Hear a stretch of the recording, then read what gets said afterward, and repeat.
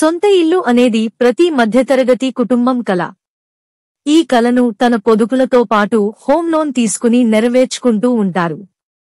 అయితే కొంతమంది home loan తీసుకోవడం కంటే అద్దె ఇంట్లో ఉండడం బెటర్ అని అంటూ ఉంటారు.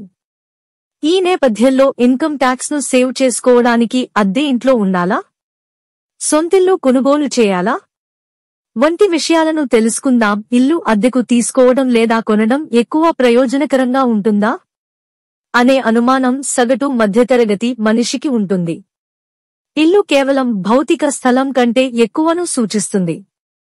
ముఖ్యంగా పన్ను పరంగా ఆస్తిని అద్దెకు తీసుకోవడం వల్ల కలిగే ప్రధాన ప్రయోజనం ఏమిటంటే ఇంటి అద్దె భత్యం, హెచ్ఆర్ఏ మినహాయింపు.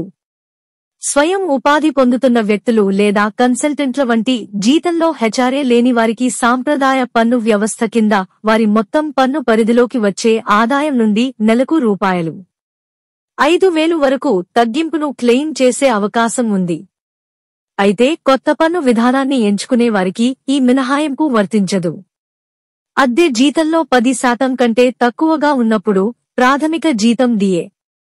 ఇల్లు ఢిల్లీ, ముంబై, కోల్కతా లేదా చెన్నైలో ఉంటే జీతంలో 50%, ఇతర నగరాల్లో జీతంలో 40% పొందిన వాస్తవ హెచ్ఆర్ఏగా అందిస్తారు.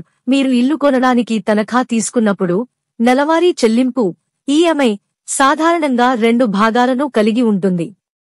ఒక భాగం అసలు, స్వీకరించిన రుణ మొత్తం తిరిగి చెల్లించడానికి వెళుతుంది. మరొకటి వడ్డీని కవర్ చేస్తుంది. సాంప్రదాయ పన్ను విధానంలో సెక్షన్ 80C కింద గరిష్టంగా రూ.1.5 లక్షల వరకు మినహాయింపు లభిస్తుంది.